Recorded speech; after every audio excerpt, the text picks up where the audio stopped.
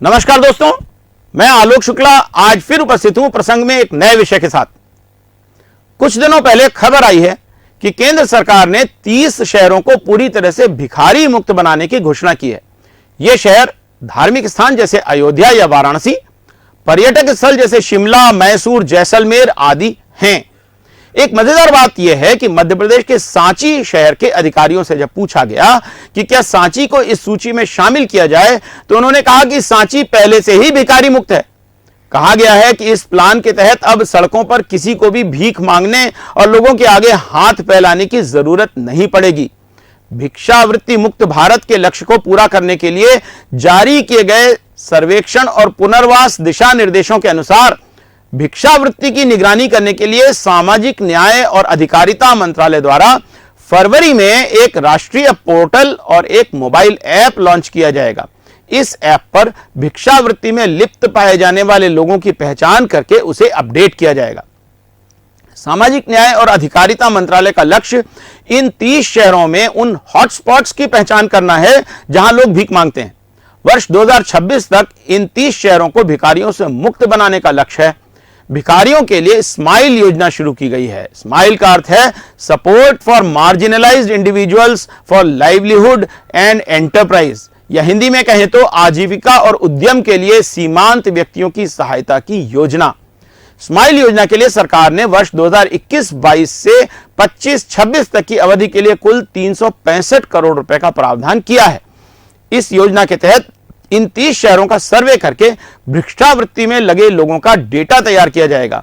उन्हें स्वास्थ्य, शिक्षा, व्यावसायिक प्रशिक्षण, आश्रय और आजीविका के अवसर प्रदान किए जाएंगे और इस प्रकार उनका व्यापक पुनर्वास करने का प्रयास किया जाएगा। इस योजना में कक्षा 9वीं से स्नातकोत्तर तक पढ़ने वाले ट्रांसजेंडर विद्यार्थियों के लिए छात्रवृत्तियां भी शामिल हैं। पीएम दक्ष योजना के तहत इसमें कौशल विकास और आजीविका के प्रावधान भी हैं। आवास सुविधा, गरिमा गृह आदि के द्वारा ट्रांसजेंडर समुदाय के साथ साथ भिखारियों को भोजन, कपड़े, मनोरंजन सुविधाएं, कौशल विकास के अवसर, मनोरंजक गतिविधियां और चिकित्सा सहायता आदि सभी कुछ प्रदान करने का प्रावधान है। प्रत्येक राज्य में ट्रांसजेंडर सुरक्षा प्रकोष्ठों की स्थापना भी की जाएगी। नेशनल पोर्टल और हेल्पलाइन द्वारा ट्रांसजेंडर समुदाय और भीख मांगने वाले लोगों की जानकारी और समाधान मुहैया करने की भी योजना है। आधिकारिक बयान में कहा गया है कि दिल्ली, बेंगलोर, चेन्नई, हैदराबाद, इंदौर, लखनऊ, मुंबई, नागपुर, पटना और अहमदाबाद सहित 10 शहरों में व्यापक पुनर्वास की पायलट परियोजनाएं शुरू भी की जा चुकी हैं। इसमें कोई शक नहीं है कि इस योजना के पीछे बहुत अच्छी सोच है, परंतु देश में वर्तमान परिदृश्य में जिसमें बढ़ती महंगाई, बेरोजगारी, कृषि पर संकट, बढ़ती शहरी गरीबी आदि शामिल हैं, इस प्रकार की योजना की सफलता संदिग्ध प्रतीत होती है। इसके पहले भी शहरों को भिखारी मुक्त बनाए जाने की कोशिशें हुई हैं, पर उन्हें सफलता नहीं मिली है। वर्ष 2017 में इवांका ट्रंप के हैदराबाद दौरे के समय हैदराबाद में भिखारियों को बैन कर दिया गया था, पर उनके वहां से जाते ही भिखारी फिर से हैदराबाद की सड़कों पर लौट आए। इस बारे में YouTube की रूबी चैनल पर creative commons attribution licence reuse allowed के अंतर्गत एक वीडियो उपलब्ध है, जिसके अंश आपको मैं यहां दिखा रहा हूं। वीडियो का लिंक डिस्क्रिप्शन बॉक्स में दे रहा हूं। इवांका ट्रंप के दौरे के मौके पर हुकूमत तेलंगाना ने ऐलान किया था कि हैदराबाद को बिगर फ्री सिटी बनाया जाएगा, और ये ऐलान भी हमारी नज़रों से गुज़रा कि जो कोई शख्स किसी बिगर भिखारी को कहीं देखे तो फ़लाँ नंबर्स पर कॉल करे ताकि उसे 500 रुपये इनाम दिया जाए। लेकिन अफसोस की बात यह है कि इवांका ट्रंप आई भी और समिट्स भी हुए और चले गई, लेकिन अब तक हमारा ये शहर, खूबसूरत शहर, बिगर फ्री सिटी नहीं बन सका। बल्कि असल बात तो यह है कि जो बिगर्स और गरीब लोग, भिखारी ये पाए जाते हैं, सर्दी की शिद्दत की वजह से इस वक्त वो जाड़े में परेशान हैं। इसी तरह महाराष्ट्र के नागपुर को भिखारी मुक्त बनाने के लिए 1 मार्च 2023 में एक प्रोजेक्ट लॉन्च किया गया था। नागपुर शहर के पुलिस आयुक्त ने इसके लिए शहर में धारा 144 के अधीन भीख मांगने को बैन कर दिया था। बेघर लोगों को आश्रय देने और आजीविका के अवसर देने के प्रयास भी किए गए। पुलिस भिखारियों को पकड़कर आश्रय आवास तक ले जाने का कार्य नागरिक संगठनों की मदद से करती रही, परंतु नागपुर अभी तक भिखारी मुक्त नहीं हो सका। स्पष्ट ही है कि प्रशासन भीख मांगने को एक अपराध मानता है, इसीलिए धारा 144 जैसी कानूनी कार्यवाही के माध्यम से भिखारियों से निपटना चाहता है। कमोबेश ऐसी ही कार्यवाहियां अन्य बड़े शहरों में भी होती रहती हैं, जिसमें अक्सर गरीब, निःशक्त और बुजुर्ग प्रशासन की क्रूरता के शिकार हो जाते हैं। इंदौर प्रशासन की इसी प्रकार की एक क्रूरतापूर्ण कार्यवाही का वीडियो YouTube की सोमीरा न्यूज चैनल पर क्रिएटिव कॉमन्स एट्रीब्यूशन लाइसेंस के अंतर्गत उपलब्ध है, जिसके कुछ अंश मैं आपको दिखा रहा हूं। वीडियो का लिंक मैं डिस्क्रिप्शन बॉक्स में दे रहा हूं। वो इंदौर से लाके किधर जो चल नहीं सकते, फिर नहीं सकते, उनको मैं शिप्रा में लाके छोड़ दिया। ये देखो इंदौर नगर निगम ये कर रही है, उनको यहाँ गाड़ी में भर के यहाँ फेंक दिया है सबको। मानव अधिकार कार्यकर्ता हर्षमंदर व कर्णिका सावनी ने देश की राजधानी दिल्ली में भीख मांगने वालों के मानव अधिकार को लेकर दिल्ली हाईकोर्ट में एक जनहित याचिका दायर की थी।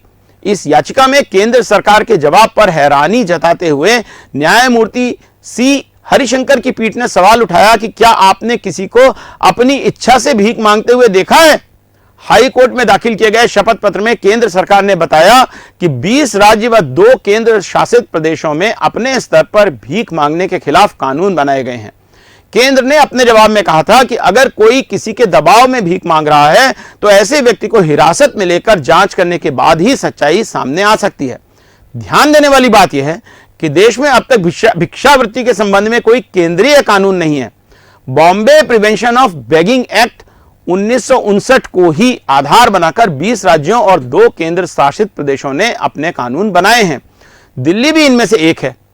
दिल्ली उच्च न्यायालय ने देश की राजधानी दिल्ली पर लागू भिक्षावृत्ति निरोधक कानून को संविधान के अनुच्छेद 14 और 21 के विरुद्ध बताते हुए उसे निरस्त कर दिया। न्यायाधीश गीता मित्तल ने अपने निर्णय में तर्क दिया है कि अगर राज्य सब लोगों के भरण पोषण की व्यवस्था नहीं कर सकता तो उसे असहाय लोगों को भिक्षा मांगने पर रोक लगाने का कोई अधिकार नहीं है। अगर समाज ऐसे असमर्थ लोगों का भरण पोषण नहीं कर पा रहा है तो उनके पास भिक्षा मांगने के अतिरिक्त और क्या उपाय रह जाता है? उन्हें इस अंतिम उपाय से वंचित करना संविधान के अनुच्छेद 14 और 21 के प्रतिकूल है।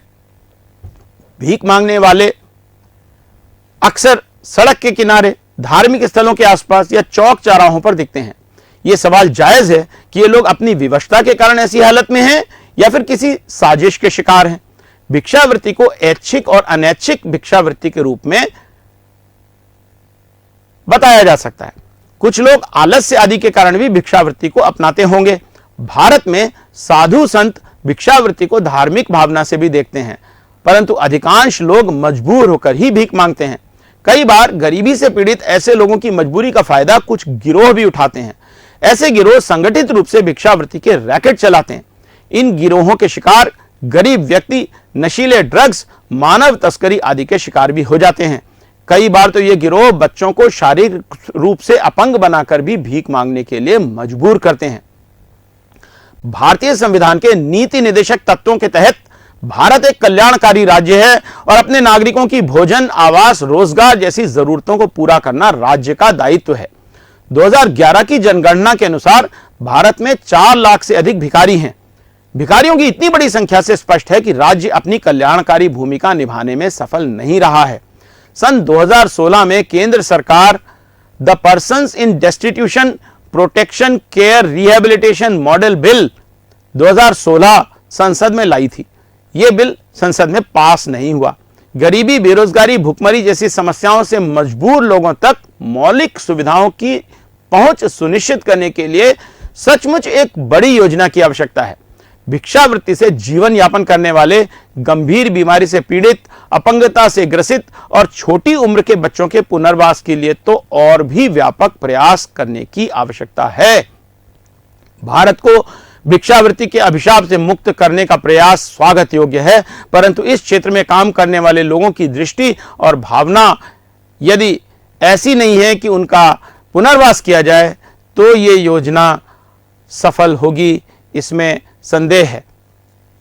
यदि मजबूर लोगों के पुनर्वास के लिए हमारी भावना है और उनकी सामाजिक सुरक्षा प्रदान करने की हमारी इच्छा है तो यह कदम निश्चित रूप से स्वागतनीय है, परंतु यदि हमारा उद्देश्य केवल धार्मिक और पर्यटन स्थलों से भिखारियों को हटाने का है जिससे वहां आने वाले विदेशी पर्यटकों को भिखारी दिखाई ना पड़े, तो ऐसी सोच हमें क्रूर और अमानवीय ही बनाएगी।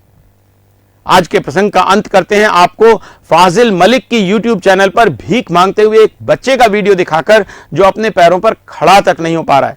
यह वीडियो YouTube पर creative commons attribution licence reuse allowed के अंतर्गत उपलब्ध है, जिसका लिंक मैं डिस्क्रिप्शन बॉक्स में दे रहा हूं।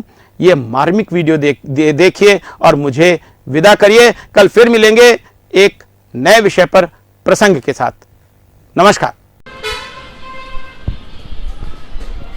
तो और खाना खाया आपने? लो मैं आपको कुछ देता हूँ खाने के लिए। ये लस्सी पी लो हैं, एक पी लेना, एक बाद में पी लेना जब और लगे तो। ये रखो एक और है।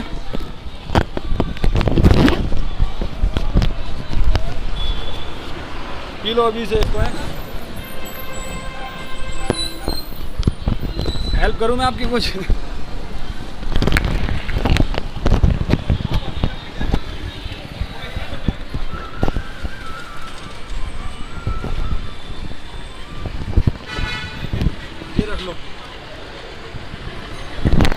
ठीक है, बाकी खुश रहा करो।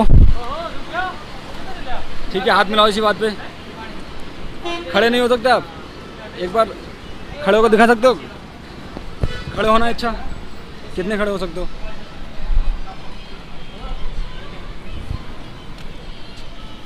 एक बार खड़े हो जाओ।